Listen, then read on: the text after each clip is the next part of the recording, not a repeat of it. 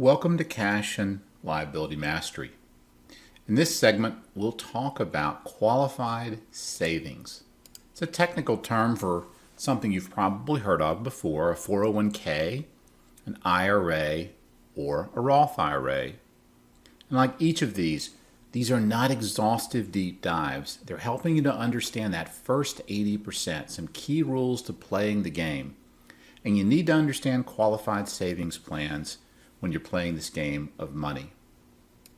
Now, when we look at each of these, a 401k, or if you're a state employee or a teacher, it might be a 403b. They're different names, but these are company-sponsored retirement plans that take your money from your employer directly. They take the money before you receive it as a pre-tax investment. And this is very important. A qualified savings plan reduces your current income. By taking the money from an employer, it's taking that money before you receive it, and they don't show it as earned income.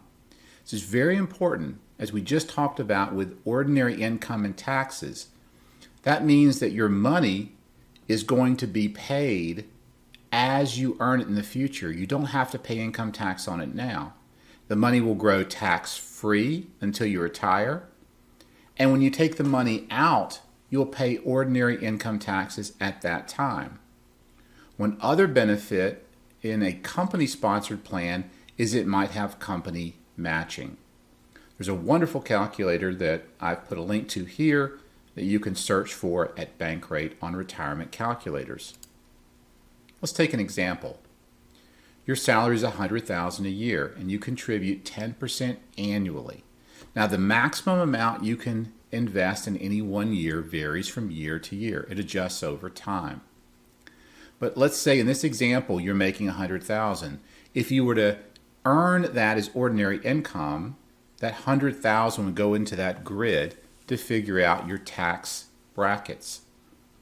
But if I contribute 10%, I've contributed $10,000, and that reduces my income to $90,000. So right off the bat, I'm getting an immediate benefit of a reduced income tax for this year. Now that $10,000 that I had taken from my income is going to grow tax-free until I retire. I'll pay ordinary income taxes when I use the money in retirement. And let's say the company also has a matching of 10%. If they match at 10%, that means that they're going to make an annual contribution of my $10,000. And if they'll match up to 10% of my salary that I put into the fund, they might pay another $10,000 into my retirement.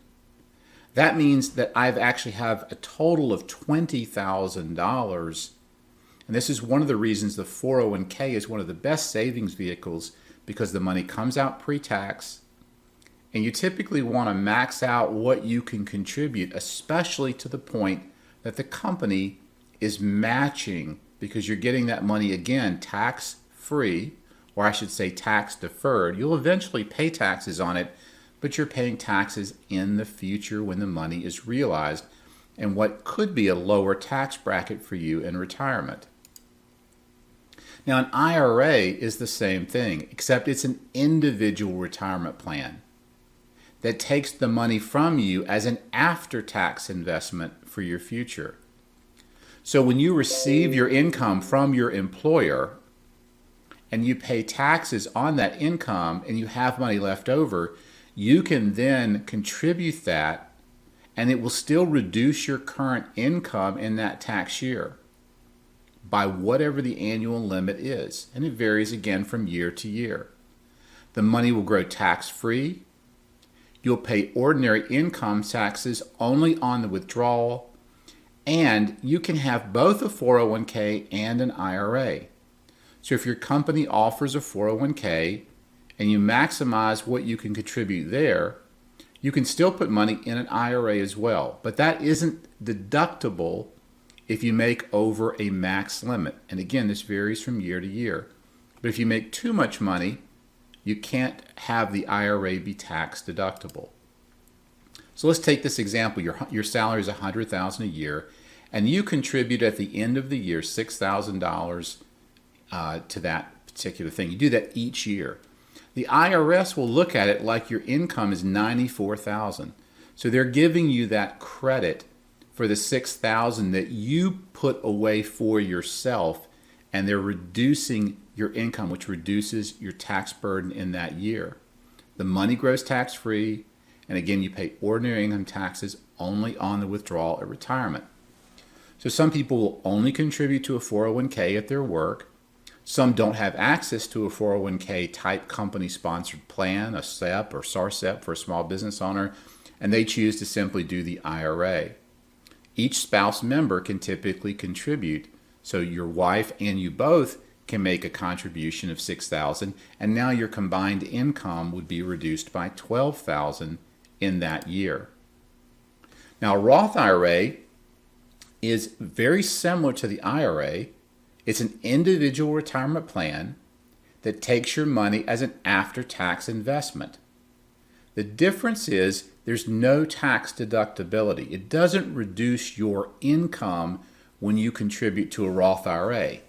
But the money grows tax-free, and because there was no tax deductibility now, you pay no taxes on the withdrawal. Some feel that this is the ultimate investment vehicle.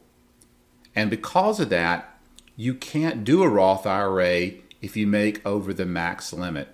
So for higher net worth, higher income earners, they may be unable to utilize the Roth IRA as a strategy. But if you make under the limit, many find this to be an excellent way, because while you get no tax deductibility now, all of that money, all of that growth over that 10, 20, 30-year period gets to come to you tax-free when you access it in retirement. So these are three different strategies. So if your salary is $100,000 a year and you contribute $6,000 to your Roth, you're still going to be taxed as if you make $100,000 a year. Big difference is when I take that $6,000 out in the future with all of its capital gains and with all of its dividends that it may have earned over that time period, I get to take that money out without paying that ordinary income at that time.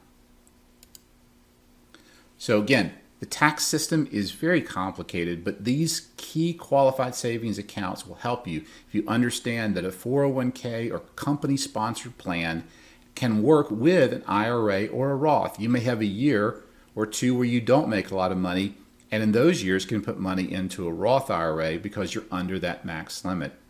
You might have both a 401k and an IRA and a Roth IRA all working together.